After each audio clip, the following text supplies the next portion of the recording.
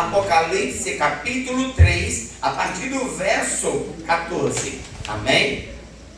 Todos encontraram? Amém. Se alguém não encontrou, diga: vou vir para a escola bíblica dominical. Vai não, Pamela, mas você está muito rebelde.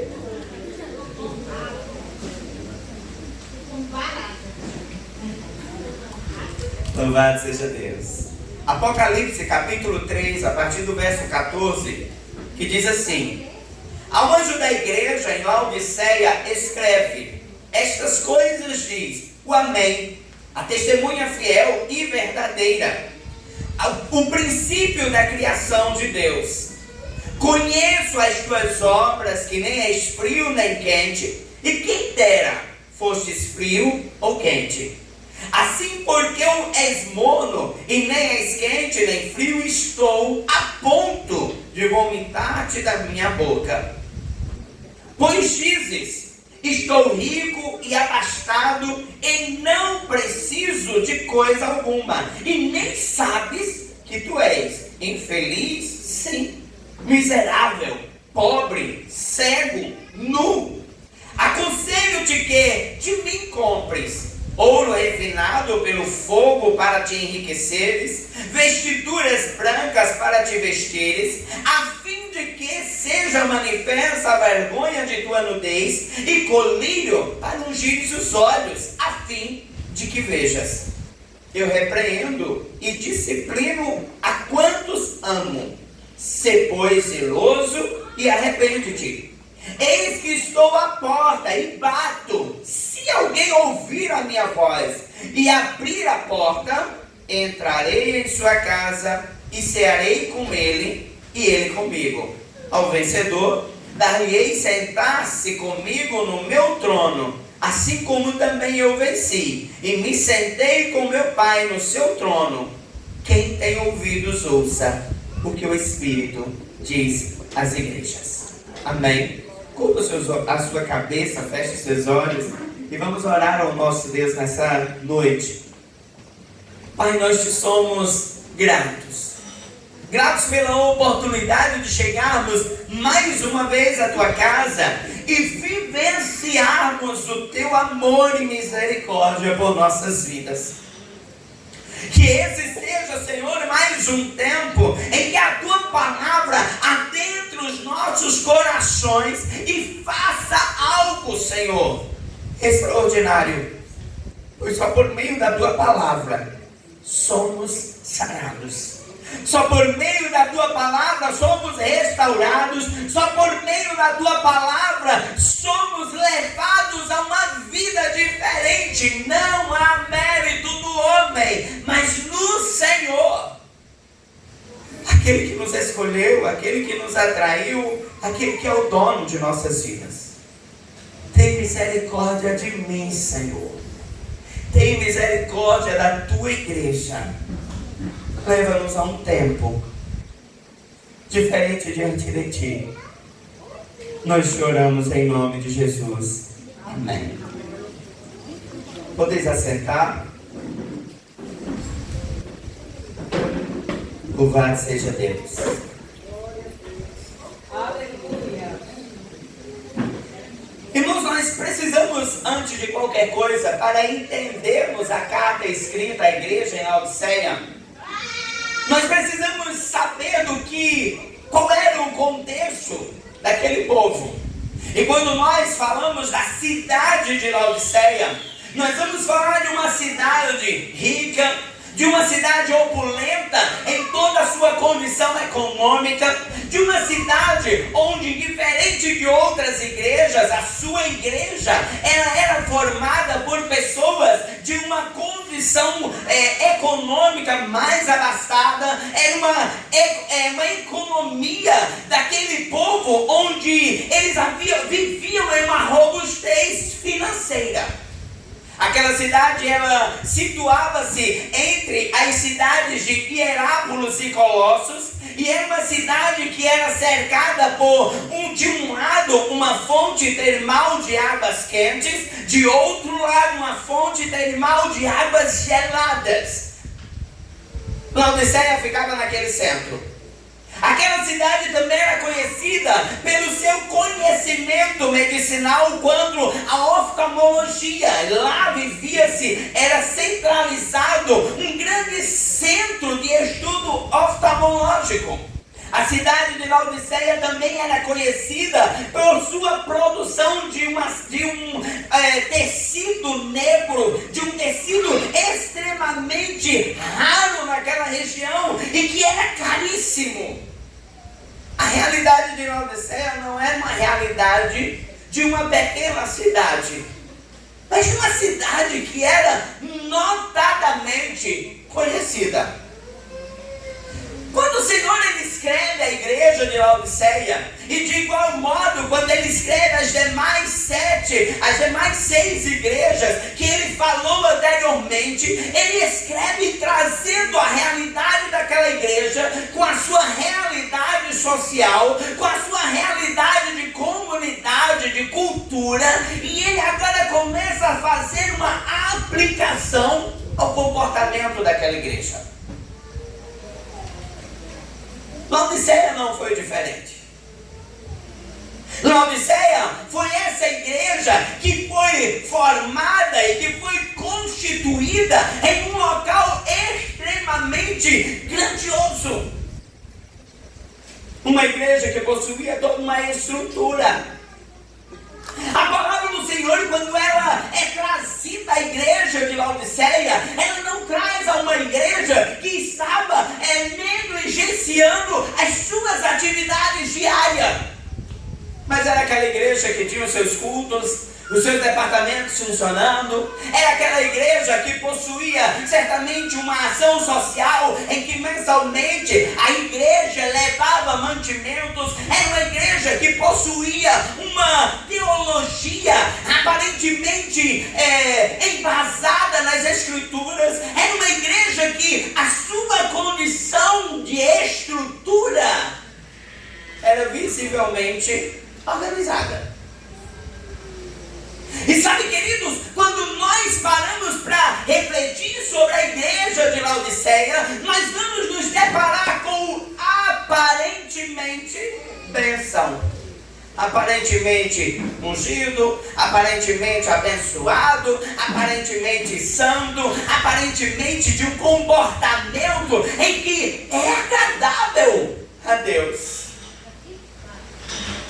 A questão, queridos, é que nós, por muitas vezes, esquecemos o que o salmista, no Salmo 139, ele diz: o Senhor, ele nos sonda, o Senhor, ele nos conhece, o Senhor conhece o nosso pensar, o Senhor conhece o nosso levantar, o Senhor conhece tudo que há naquilo que o homem não consegue ver.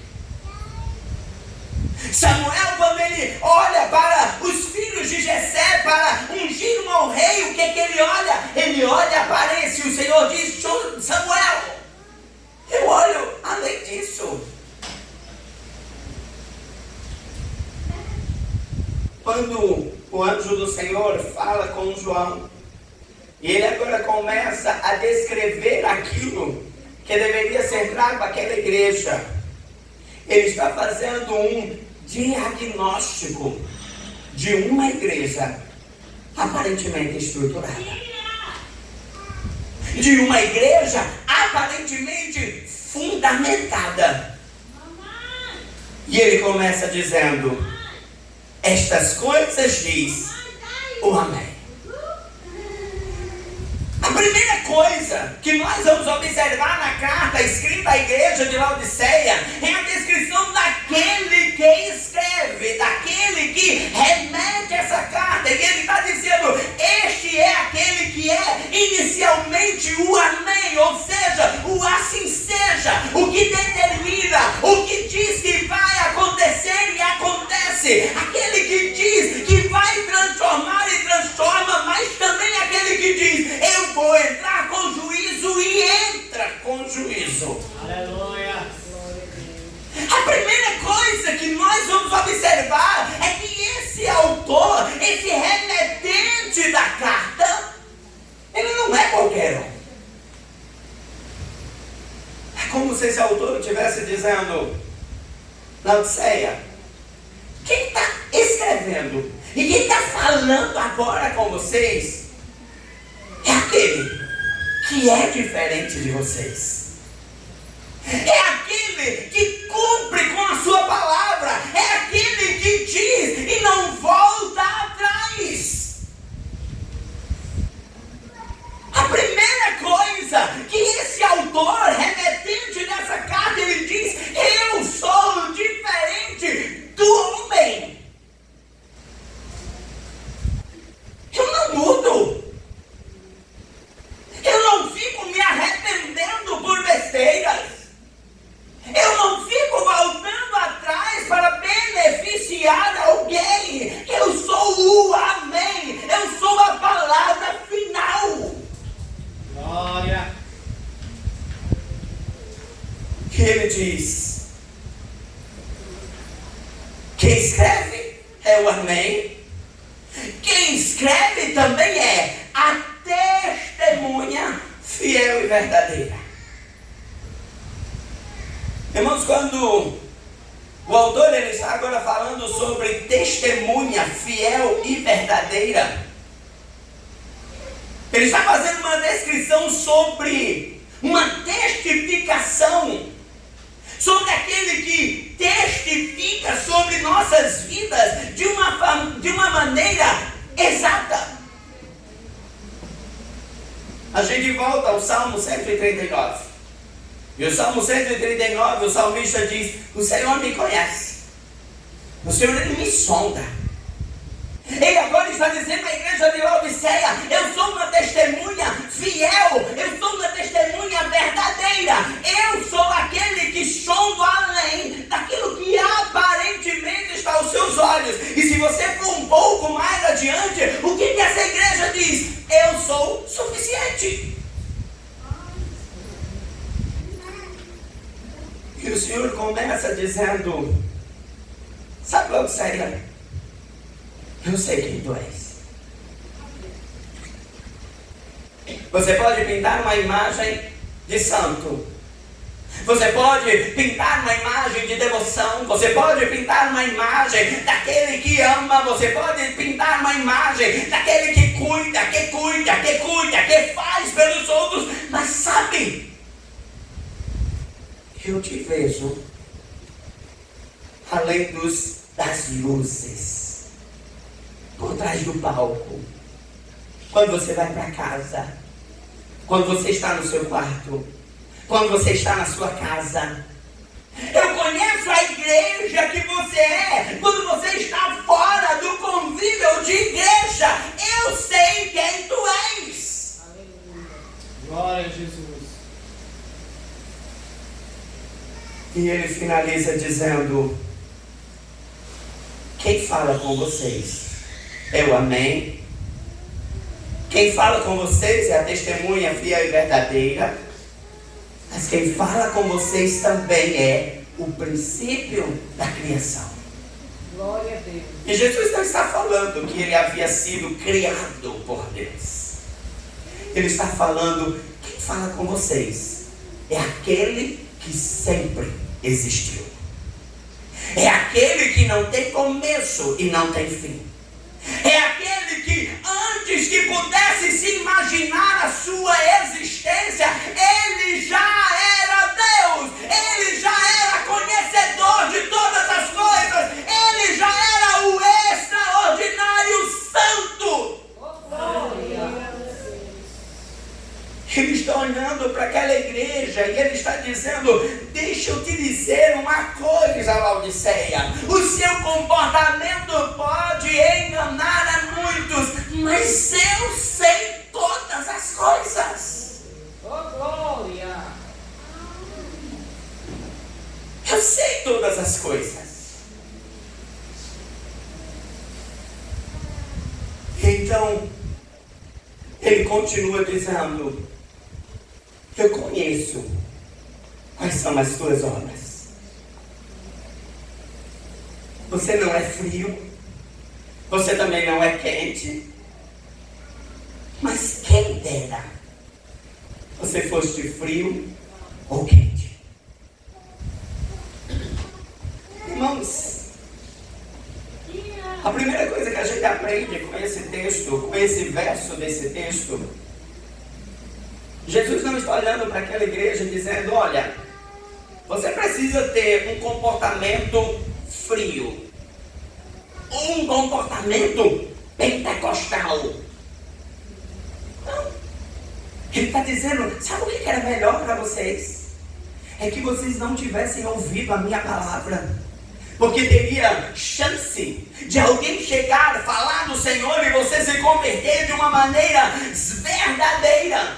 Seria melhor que você não tivesse ouvido a palavra, chegado à igreja e está vivendo como vocês estão vivendo. Teria sido melhor que vocês estivessem lá na geladeira esperando que alguém pudesse alcançá-lo com uma palavra genuína. Glória a Deus. Querido, você já parou para pensar Deus olhando para você e dizendo: sabe o que seria melhor? Que você não tivesse ainda me ouvido.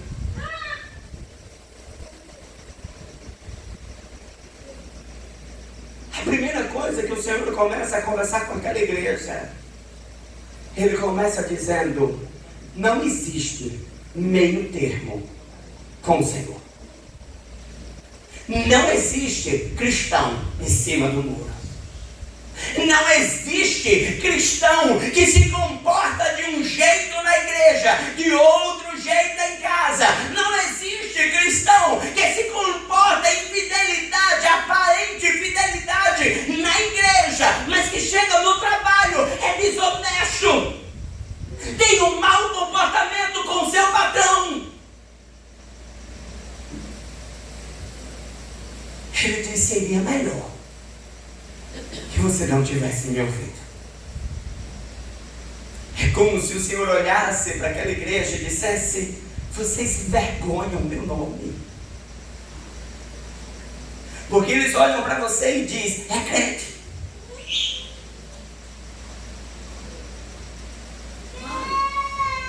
Essa noite eu dormi na casa de Tony e Jaciara, em uma casa de cristãos. 3 horas da manhã, gritando no meio da rua em festa. E aí a gente costuma dizer: mas o ímpio não faz. O ímpio já está na desgraça. Você é santo, você é escolhido, você é representante do Senhor. O seu comportamento não aponta para quem você é, mas para quem Deus é por meio da tua vida. Não é o nome de Isaac, não é o nome de Jaciara, não é o nome de Igor, mas é o nome do Senhor. Eles estão olhando para aquela igreja e está dizendo: gente, vocês são muito estranhos. Vocês precisavam ser diferentes.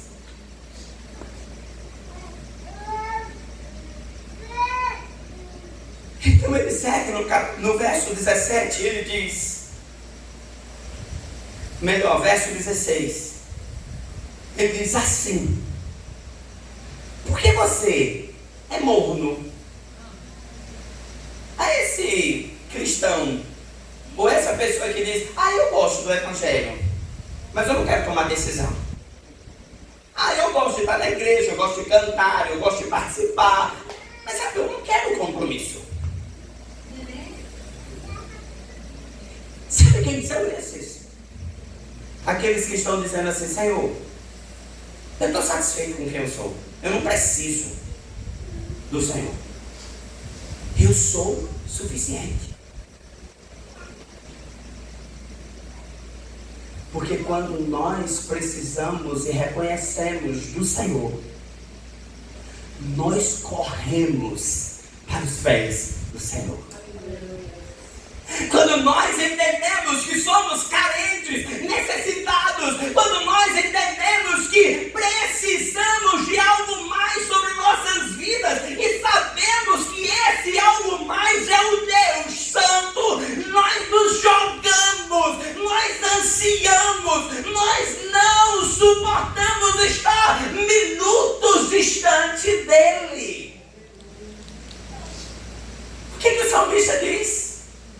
Senhor, melhor é estar na tua casa do que 1000 dias em outro lugar. Este mesmo salmista diz: alegro-me quando me chamam a ir à tua casa. Coração de quem entende, eu preciso de Deus. O Senhor está olhando para a igreja de Laodiceia e está dizendo: sabe o que eu estou a ponto de fazer com vocês? Vomitar. Quando o Senhor ele está falando sobre esse vomitar, ele está levando algo que era muito conhecido daquela cidade, daqueles cidadãos daquela cidade. Nós vamos encontrar Laodiceia no centro de 3 cidades que eu já mencionei hoje: Hierápolis e Colossos. E quando ele está falando dessas 2 cidades, ele está falando sobre como estas cidades se comportavam com relação à medicina.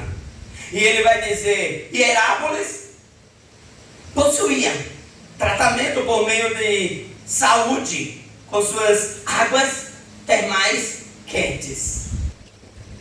Colossos, em contrapartida, tinha tratamentos de saúde por meio de águas geladas. Ele estava dizendo: sabe uma coisa que eu estou a ponto de fazer com vocês é vomitar. Por quê? Vocês não conseguem ser bênção nem na saúde por água quente, nem na saúde por água fria. O que vocês são? Água morna, que a gente bebe para expelir o que não presta de dentro do corpo. Que a gente bebe para expelir o que é nojento. Que a gente bebe para fazer sair fora aquilo que nos incomoda. É como se ele dissesse: sabe qual é o seu comportamento, Laodiceia? É aquele comportamento que a gente olha para essa igreja e diz: eu não quero ser crente como esse. Irmãos, quando a palavra do Senhor está sendo escrita a essa igreja, ele está chocando os cristãos dessa igreja. Ele está dizendo: vocês precisam ser diferentes. Ele não está dizendo para aqueles crentes: vocês precisam voltar-se para o mundo. Ele está dizendo: seria melhor que vocês não tivessem ouvido, mas já que vocês ouviram, vocês conhecem a verdade, vocês sabem o que eu espero de vocês, decidam ser crentes. Decidam ser cristãos de verdade. Decida ser cristão genuíno, seja na igreja, mas também na sua escola, na sua universidade, na sua casa, no seu trabalho, na sua rua. Seja um crente que vive aquilo que você aprendeu.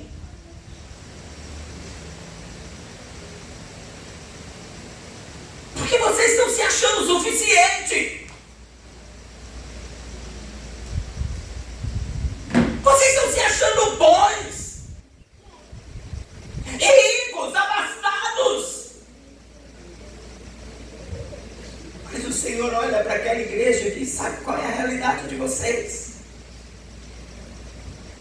Vocês pensam ser ricos, mas vocês não dão conta do quanto vocês são infelizes. Irmãos, você já parou para pensar quando você está fazendo algo que você não queria estar fazendo? E você está fazendo para cumprir tabela? Parece que você está ali bem, bacana. Estou indo para o departamento. Todo sábado eu estou lá na reunião dos jovens. Toda sexta-feira estou lá na reunião das mulheres. Não, no domingo vou para a igreja. Levo a Bíblia. E eu normalmente levo a maior que eu tenho em casa. Eu não gosto nem de ler a Bíblia no celular, porque eu quero que vejam que eu estou com a Bíblia.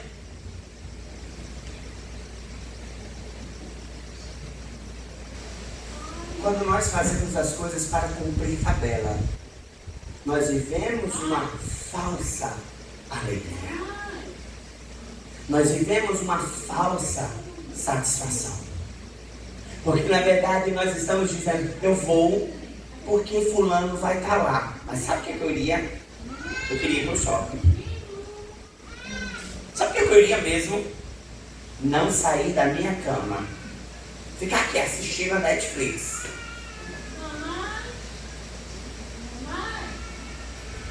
O Senhor está olhando para aquela igreja e está dizendo que vocês são, na verdade, uma igreja miserável, pobre, cega e nua.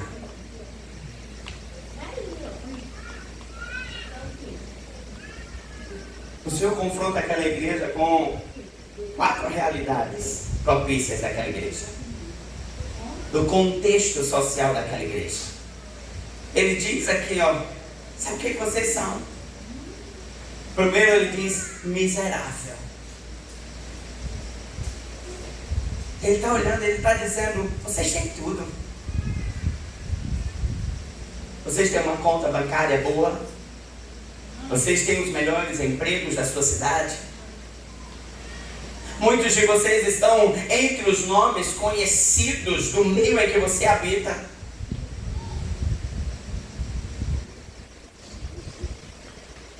Mas espiritualmente, você é tão pobre,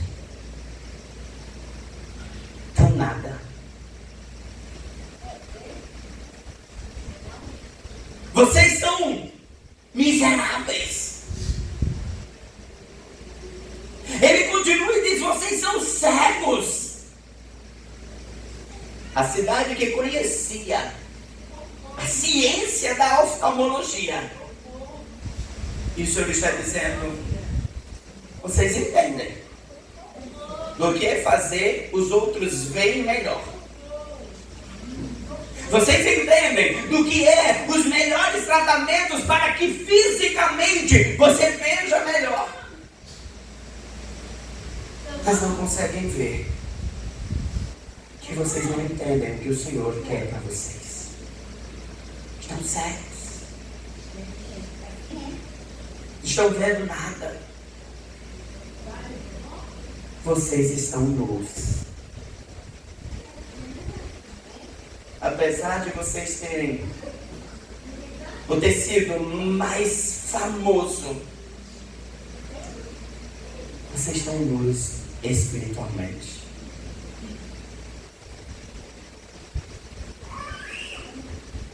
Mas o Senhor olha para aquela igreja e agora Ele diz, está aí o diagnóstico de vocês. É como você pensar, você indo a um médico fez lá um diagnóstico, todos os exames que você precisava. Passou toda aquela exame de sangue, exame não sei das quantas, nem mundo de ultra não sei das quantas, e você fez tudo. E o médico agora olha para você e diz, esse é o seu diagnóstico. É como se Cristo ele tivesse feito isso com a igreja em Laodiceia. Tivesse sentado em seu consultório e tivesse dizendo, olha, estou aqui com os seus exames. A situação não é boa. A situação dos seus exames não são boas. Os resultados dos seus exames não são bons. Mas o que é que o médico ele faz? Ele diagnostica, ele faz o diagnóstico daquele paciente, mas agora ele diz, deixa eu lhe dar o remédio. E o Senhor agora olha para aquela igreja. Irmãos, para mim, a partir do verso 18 é a expressão do maior amor que nós podemos viver. Porque diferente das outras 6 igrejas, o Senhor não encontra no diagnóstico que Ele faz sobre aquela igreja algo que pudesse dizer, olha, você tem isso que é bacana. Ó, você faz isso e isso me agrada. Você é legal porque você não está tolerando aqueles que falam uma teologia errada. O diagnóstico sobre a igreja de Laodiceia era um diagnóstico que humanamente seria estado terminal. Mas agora o Senhor começa dizendo: aconselho-te que você compre de mim ouro refinado pelo fogo, para que te enriqueças. Eu te aconselho a que você, ao invés de estar preocupado com o seu status social, você busque em mim o ouro refinado. E que ouro é esse? É que você passe, que você decida estar nas mãos do Senhor, sendo refinado, sendo retirado tudo aquilo que não agrada a Deus. Ele está dizendo: se enriqueça da minha presença, se enriqueça da minha palavra, se enriqueça do meu amor, se enriqueça da minha paixão pelas almas. Seja mais do que uma igreja opulenta. E não basta você ser uma igreja com a melhor estrutura de som, com os pastores mais estudados na teologia, com os músicos mais capacitados. Se você não tiver, amém, o ouro puro, o único, o que é santo, o que conhece todas as coisas, não vale nada. Compre de mim vestiduras brancas para te vestir. Irmãos, os que são assim, como eu, talvez 1 ou 2 centímetros além do seu peso, coisa pouca. O que normalmente a gente faz? Eu vou usar preto. Preto disfarça. Eu vou botar uma roupa assim, um pouquinho mais folgada, mas não posso deixar de usar o preto. As mulheres, quando vão para uma festa e lá tá todo mundo, vai estar usando os mais belos vestidos, vou usar preto porque eu não erro. O Senhor está dizendo para aquela igreja: sabe o que eu aconselho a vocês? Compre de mim vestes brancas, porque ela não disfarça quem você é. O preto pode disfarçar as suas curvas a mais. O preto pode disfarçar as imperfeições. O preto pode disfarçar uma possível manchinha que caiu ali na sua roupa. Você passou um paninho e está tudo bom. Mas o branco, ora diga Luciana, pingou ketchup e já era. Já era. Aquele que é meio estabanado na hora que vai na pastelaria, se tiver de branco, não disfarça. O Senhor está dizendo para aquela igreja: compre de mim vestiduras brancas, que não fantasiam quem você é. Que na hora que você rouba, ela mostra. Que na hora que você não está bem, ela mostra. Que na hora que você está precisando de algo mais do Senhor, ela vai deixar transparente, visível, notadamente. Ele está dizendo para aquela igreja: para de viver disfarçada, para de viver em um comportamento aparentemente santo, porque eu vejo além. Irmãos, o problema é que nós estamos achando que Deus não nos vê. Nós estamos achando que Deus não nos vê. Quando estamos ali na internet, quando estamos nas conversinhas de WhatsApp, quando estamos nos papinhos ali com a garotinha, porque eu quero. A gente está pensando que Deus não vê. Quando você está na escola, meu pastor não está aqui, minha liderança não está aqui, meus pais não estão aqui, eu vou fazer o que quiser. Deus está olhando para aquela igreja e Ele está dizendo: o teu pastor pode não te ver, o teu líder pode não te ver, os teus pais podem não te ver, a tua esposa, o teu esposo pode não te ver, mas eu vejo.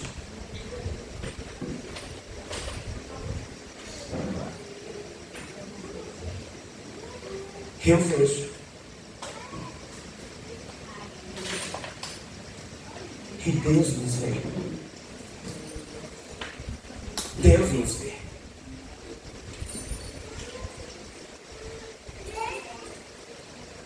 Ele ainda dá um terceiro conselho, e ele diz: compre colírio para ungir os teus olhos, para que vejas. Sabe, querido, só há uma forma de nós sermos confrontados com quem nós somos. Só há uma forma de nós sermos confrontados com essa realidade pecaminosa, por meio da palavra. Se eu não medito, se eu não estudo, se eu não me alimento da palavra, não tem como eu ser confrontado com aquilo que eu não agrado ao Senhor. É por meio da palavra que nós lemos, estudamos, meditamos, e Deus faz com que a gente se constranja. É por meio da palavra. Mas o Senhor olha agora para aquela igreja. Ele fez o diagnóstico. Ele passou a receita de como aquela igreja poderia ser tratada. Ele agora olha para aquela igreja e diz: não fiquem tristes não. Não fiquem abatidos. Não fiquem desesperançados.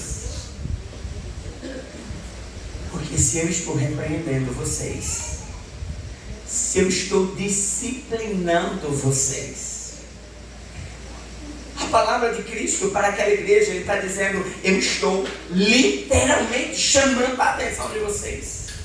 Eu estou literalmente castigando vocês. Mas Ele diz: eu faço isso porque eu os amo.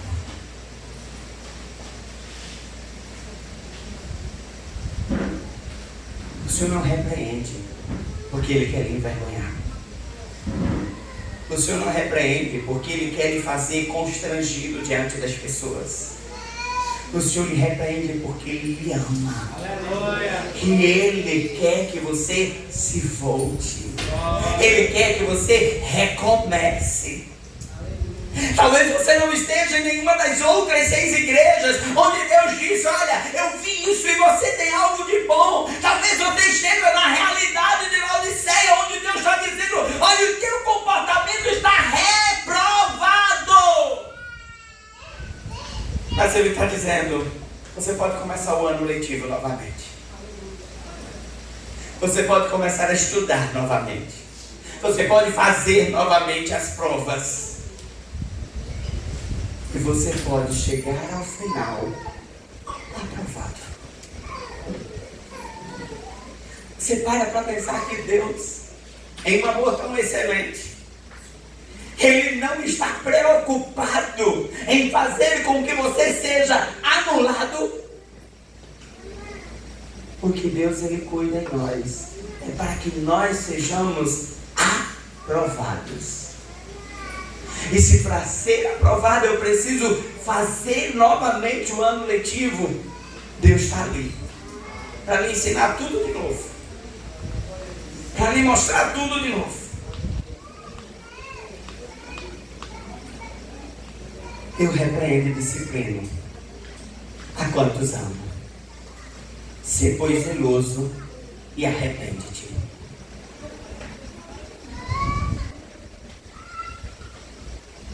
O verso 20, ele vai apontar para uma realidade em nossas vidas em que Deus não vai lhe obrigar.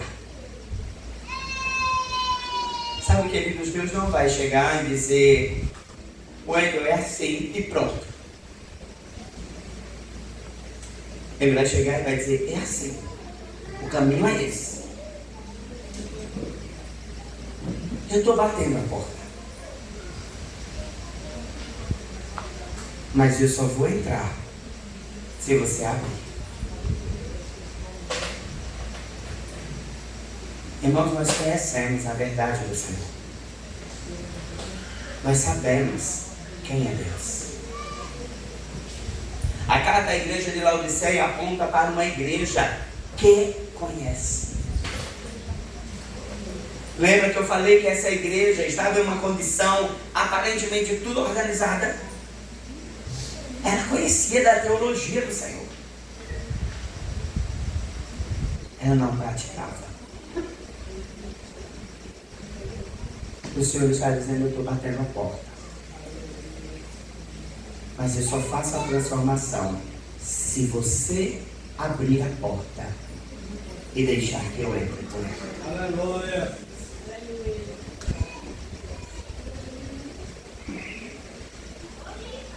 O Senhor não vai entrar na tua vida se você não permitir. E sabe, queridos, talvez você vai passar anos dentro da igreja, vivendo o título de cristão. Talvez você vai passar anos vindo para a igreja e participando dos departamentos da sua igreja. Eu falava ontem com o Ministério de Louvor. Eu dizia, não vale para o Senhor eu apenas estar ali. Eu apenas ser parte fisicamente daquilo ali. Eu preciso viver. Eu preciso viver.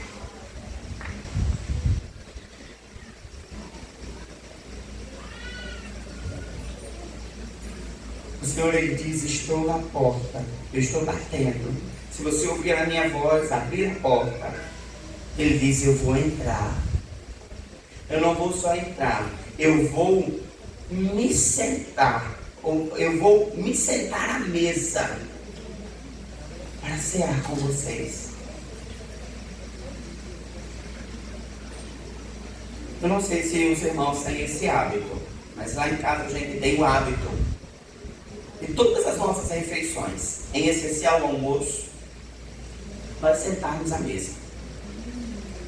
E sentamos todos à mesa, esperamos todos chegar na mesa, sentou, vamos comer. E é naquele momento que as conversas mais diferentes acontecem. Até as conversas aleatórias. Onde você está ali falando de macarrão com queijo, e aí o colega entra falando de voleibol. Nada a ver com nada. Mas sabe que é aquele momento em que você senta, e você sente a intimidade, e você conversa, e você brinca, e você muitas vezes fala coisas sérias, e você está naquele tempo de aprendizado, em que você está ali, ó, numa garfada em outra, mas você está ali discutindo sobre tantas e tantas coisas, e termina de comer, e parece que você não se deu conta que a comida acabou, que você já comeu tudo, e você continua conversando. Aponta para o quê? Intimidade. Quando o Senhor disse, se você abrir a porta, eu entro. E eu ceio com vocês. Ele está dizendo, eu vou viver intimidade com você.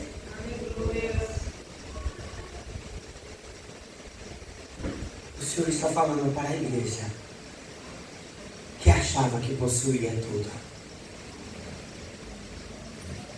Mas faltava intimidade com o Senhor.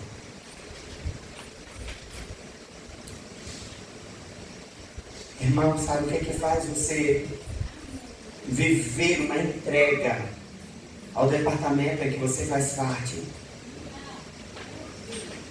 Intimidade com aquele que te chamou para aquele departamento. Sabe o que faz você querer estar na igreja? Intimidade com aquele que te chamou para a igreja. Sabe o que te faz querer chegar onde for e ser alguém diferente? Intimidade com aquele que te chamou. A palavra do Senhor diz que não somos mais chamados de servos, mas agora somos chamados de amigos. Porque o amigo, eu divido coisas boas e ruins. Ao servo, o que ele faz? Eu dou ordens. Você para observar a relação do patrão e do empregado? Você não faz o que quer. Você faz o que ele quer. E o Senhor diz comigo: eu faço com que vocês deixem de ser servos, ou seja, deixem de estar servindo aquilo que a sua carne determinou, mas agora vocês se tornam meus amigos. E agora a gente vai conversar. Senhor, hoje eu não estou bem. Vamos chorar junto. O que você está precisando? O Senhor está olhando para aquela igreja e Ele está dizendo para aquela igreja: eu quero estar com vocês, sentar na mesa com vocês, ouvir vocês, dividir com vocês. Irmãos, essa carta eu sou apaixonado por ela. Porque diferente das outras, o Senhor está dizendo: tu não tem nada de valor, mas eu te quero. Tu não presta, mas eu te quero. Tu não é aquele que tem uma coisinha boa, não. Tu é o pior dos piores, mas eu te quero. Eu quero sentar na mesa com você. Eu quero dividir a vida com você. Eu quero que vocês parem de pensar que são alguma coisa. É a maior expressão do amor de Deus, irmãos.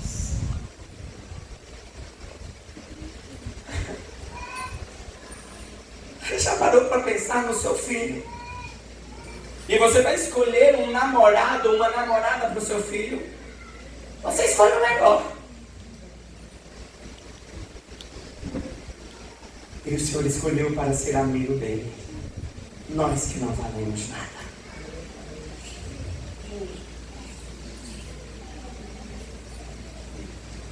Então ele finaliza deixando uma promessa.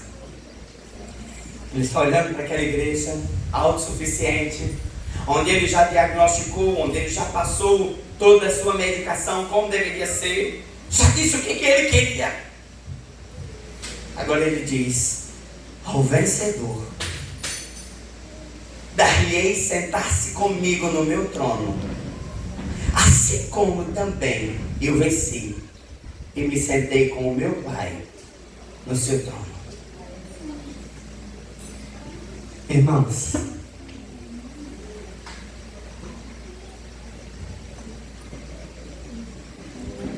você se deu conta que essa igreja, o Senhor não encontrou nada de bom. O Senhor repreendeu, o Senhor disse o que queria dele, mas agora ele diz assim, ó: ao vencedor. Quem é esse vencedor? Aquele que abriu a porta, aquele que ouviu a voz do Senhor, aquele que decidiu mudar de vida, decidiu não ser o crente em cima do muro, ou aquele que, eu gosto do evangelho, eu gosto de estar na igreja, eu gosto dos louvores, eu acho a palavra bonita, De repente vai na igreja e diz: ai, eu gosto tanto de ouvir a voz de Noemi cantando, eu estou ali todo domingo ouvindo. Ah não, eu gosto de estar na escola bíblica e ouvir o evangelista Emanuel ali falando com tanta paixão as coisas do Senhor. E aí ele diz: o vencedor é aquele que decidiu não ficar enamorado com Cristo, mas decidiu fixar relacionamento. Oh, glória. O vencedor é aquele que não está ficando com Cristo e com o mundo. O vencedor é aquele que decidiu não ficar ah não, eu fico com o Senhor hoje, mas amanhã eu fico com a página de internet que não é legal. O vencedor é aquele que decidiu: eu fico com o Senhor hoje, mas amanhã eu vou ficar com todas. Eu vou colar na prova. Eu não vou estudar. Eu vou dar trabalho ao meu professor. Ele está dizendo: o vencedor é aquele que decidiu, ainda que com tantas dificuldades, viver o Evangelho. Irmãos, eu não sei porque Deus está me movendo a falar isso, mas o Senhor está dizendo que entre nós tem jovens que estão na igreja no domingo, mas estão flertando com as drogas na sua escola. E está achando que papai não está vendo, que mamãe não está vendo. Mas o Senhor está dizendo: eu vejo. O Senhor está dizendo que tem entre nós jovens que estão flertando com as coisas que a internet mostra, dizendo que é legal, e estão indo para lugares que o Senhor não te quer. E você está dizendo: mamãe não viu. O Senhor está te dizendo: eu estou vendo. Eu estou vendo onde você está indo. Eu estou vendo o que você está olhando. Eu estou vendo o que você está usando. Decida mudar. Porque o Senhor castiga. O Senhor castiga. O Senhor está dizendo nessa noite que entre nós existem homens casados flertando com aquilo que é infidelidade. Homens que deveriam ter sua vida dedicada à sua esposa, mas estão olhando o que não deve, assistindo o que não deve. Arrependa-se e volte. Porque eu estou a ponto de vomitar. A ponto de vomitar significa tempo. Deus tem misericórdia. Mas quando o Senhor decidir agir por justiça, não adianta mais choro. O Senhor age por justiça. Aleluia.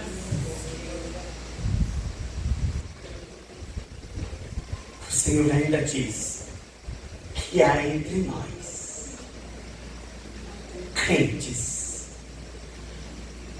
com aspas gigantes em seu título,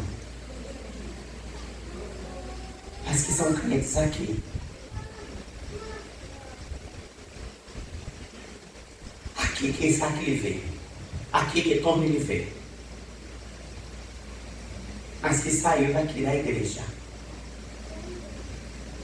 Seus amigos não sabem que você é cristão.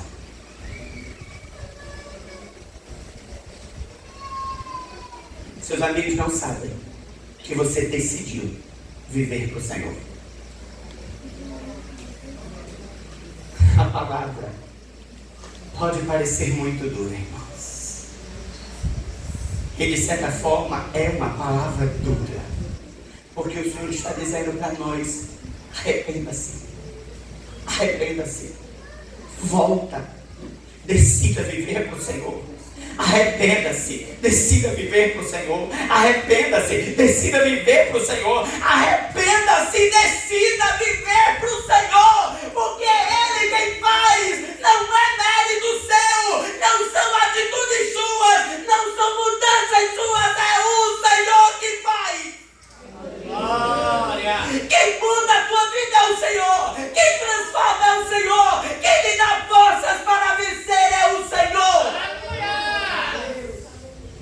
Não é o que eu faço. Glória. Porque se fosse o que eu faço, eu teria a ousadia de dizer: Senhor, não é por nada não, fui eu. E o Senhor diz: nós somos incapazes, irmãos. Irmãos, você não deixa de pecar porque você consegue, mas porque o Senhor está contigo. Porque é Ele que te sustenta.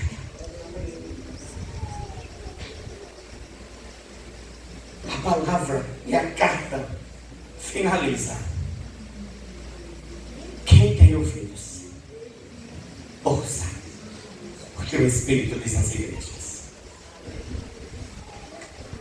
A palavra final das 7 cartas, ela aponta para que não tenhamos ouvidos apenas para ouvir,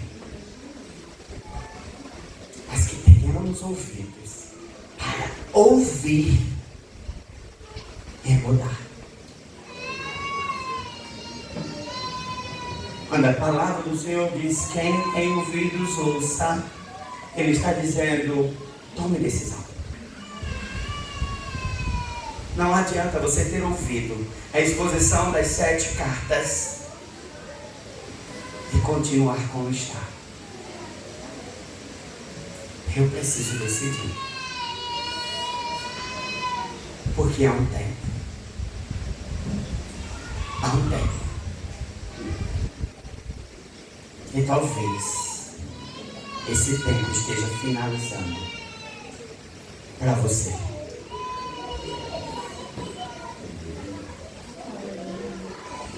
Quantos do nada morrem sem se decidir? Justiça de Deus. Deus fez o mal? Não, queridos. Você escolheu, porque era contrário ao bom que Deus criou. A justiça de Deus é porque Ele é santo. E Ele não divide a sua glória com ninguém. Quem tem ouvidos ouça o que o Espírito diz às igrejas. Eu quero lhe convidar a ficar de pé.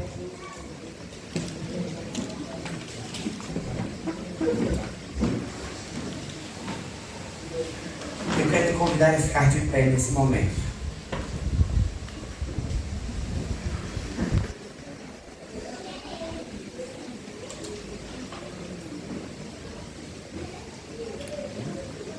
Nós ouvimos a palavra do Senhor, irmãos. Todos nós ouvimos a palavra do Senhor, explanada desde o primeiro domingo desse mês. Em todas as palavras, em todas as exposições das cartas, Deus tinha algo a tratar conosco. E sabe, queridos, eu fui tão confrontado. O Senhor me fez viver algo que só Deus. Eu organizei para todas essas exposições e eu disse: Luciana, eu vou ficar com Laodiceia. E sabe, eu fiz isso dizendo: eu estou confortável. É uma carta que eu já estudei, apresentei lá no curso de teologia, já ministrei outras vezes, e tudo parecia Na semana que seria o pastor Antoniel. Aí ele pede, ministra no meu lugar. Naquele momento eu tremi. Mas naquele momento o Espírito disse, não é como você quer. Aleluia, Jesus. O Senhor não quer do jeito que nós queremos. É verdade. O Senhor quer que nós decidamos viver como Ele quer. Como Ele quer. E o Senhor lhe quer no centro da sua vontade. Glória a Jesus. O Senhor lhe quer decidido abrir mão. E a pergunta que o Senhor nos faz nessa noite. Você ouviu a palavra?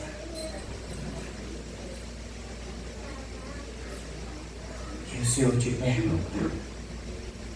É hoje que você vai abrir a porta. É hoje que você vai dizer, Senhor, não é mais como eu quero.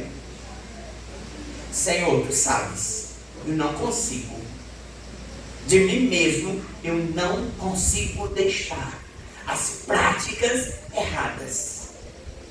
Senhor, de mim mesmo, eu não consigo largar aquilo que tanto agrada a minha carne e que todos os dias eu faço.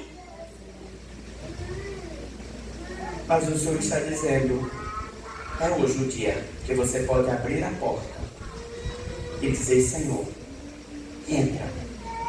E agora não vai ser mais eu arrumando a casa, mas agora vai ser o Senhor limpando a casa que eu fiz de conta que arrumava. Mas joguei o lixo para debaixo do tapete, não puxei os móveis para limpar por trás dos móveis. Mas o Senhor só vai entrar se você decidir. E se tiver alguém entre nós que quer tomar essa decisão, você vai sinalizar com sua mão. E sabe, irmãos, não é fácil não. Tomar essa decisão não é fácil não. Viver essa decisão também não é fácil. Mas o apóstolo Paulo, escrevendo à igreja, aos Filipenses, ele diz, sabe, queridos, uma coisa que eu me dei conta